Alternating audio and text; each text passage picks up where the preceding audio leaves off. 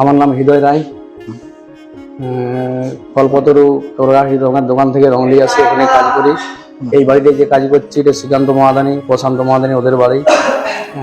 তো এই নিরোলা কোম্পানিতে আজ 25 বছর কাজ করছি। তো রঙের কোয়ালিটি হিসাবে খুব ভালো, গ্লেজ ভালো, রঙের কম রঙের কাজ বেশি হয়, কাভারেজ ভালো আছে। দাম হৃদয় রায়। দাম রঙের দামটাও মোটামুটি এমন কিছু বেশি নয়, যেটা যেভাবে মানে বিক্রি করা যায় সেভাবেই দামটা ওরা নেই। রঙের দাম বেশি নেই না, কম দামের মধ্যে রঙটা ছাড়ে।